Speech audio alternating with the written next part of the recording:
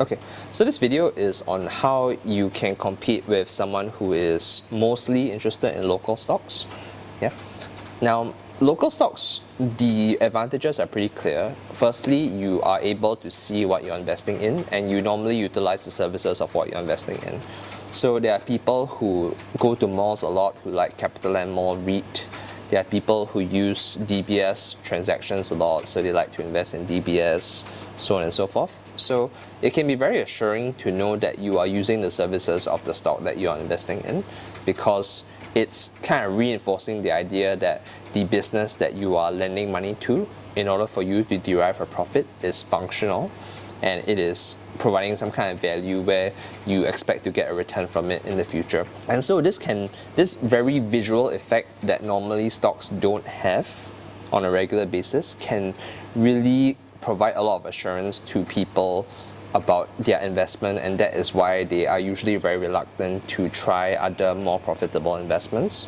And so it's quite important for you to at least understand this premise so that you don't go into a situation where you're like a weird fella screaming, oh, this stock is not good, that stock's not good, right? Because that's the last thing you want to do. You don't want to piss off the client without being sensitive to the reasons why they are enjoying or why they prefer certain things. It's generally, whether it's investments or anything else in life, you usually don't want to spend too much time mocking somebody's preference, especially if you don't understand the context behind it.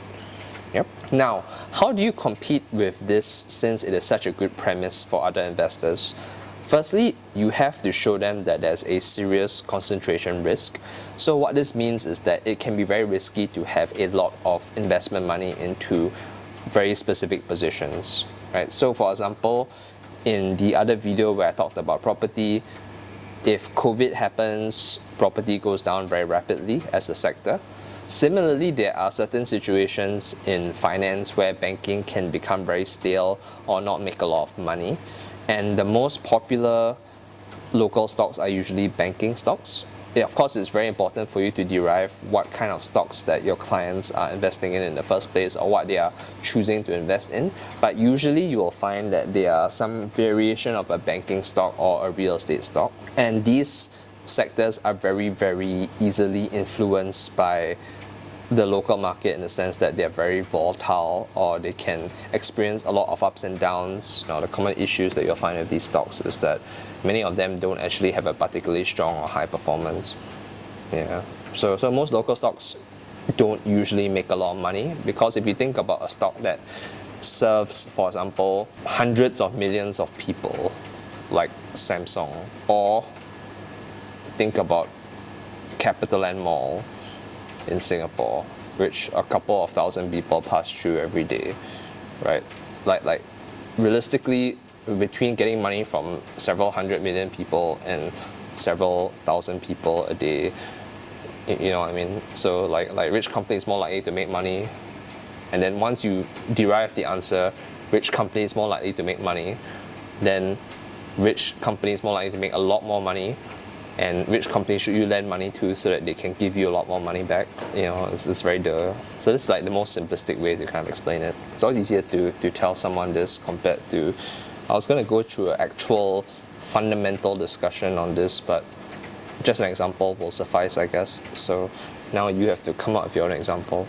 I mean, in a nutshell, it's a lack of results. It means that, frankly, no matter what Singapore stock your clients choose, historically, the majority of them will not have done very well compared to what kind of investments that you can come up with that you have that are available, right? And there can be very logical reasons that you can provide that will substantiate your point.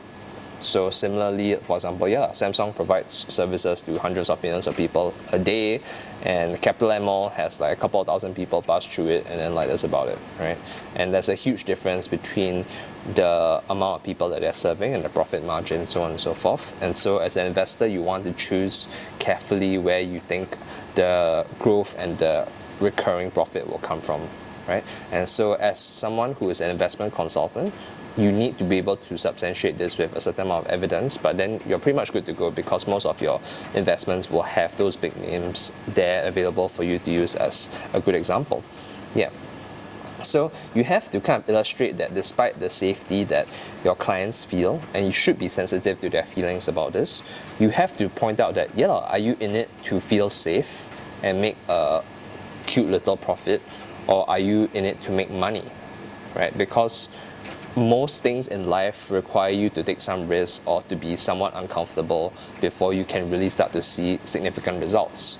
So if you want to get fit, you have to go through very rigorous training, not comfortable training, right? Rigorous training will help you to improve your 2.4 timing faster. If you want to do very comfortable, relaxed training, then you're going to take years before you get to a reasonable level of fitness. It's roughly the same kind of thing when it comes to investing as well.